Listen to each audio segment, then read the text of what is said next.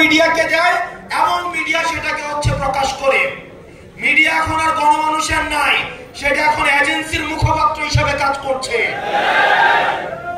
প্রিয় মিডিয়ার ভাই বন্ধুরা যারা আছেন, আমরা আপনাদের কাছে বিনীতভাবে অনুরোধ করব, আমরা চাই না মিডিয়াকে আর কেউ নিয়ন্ত্রণ করুক।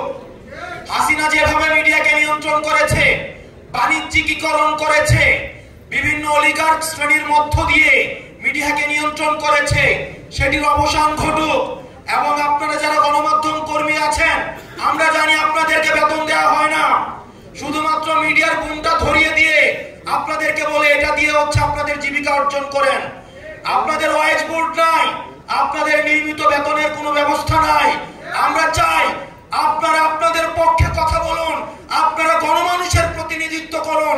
কোন এজেন্সির প্রতিনিধিত্ব করার দরকার নাই, কোন বর্জ্য শ্রেণীর প্রতিনিধিত্ব করার দরকার নাই। আপনারা বাংলাদেশের প্রতিনিধিত্ব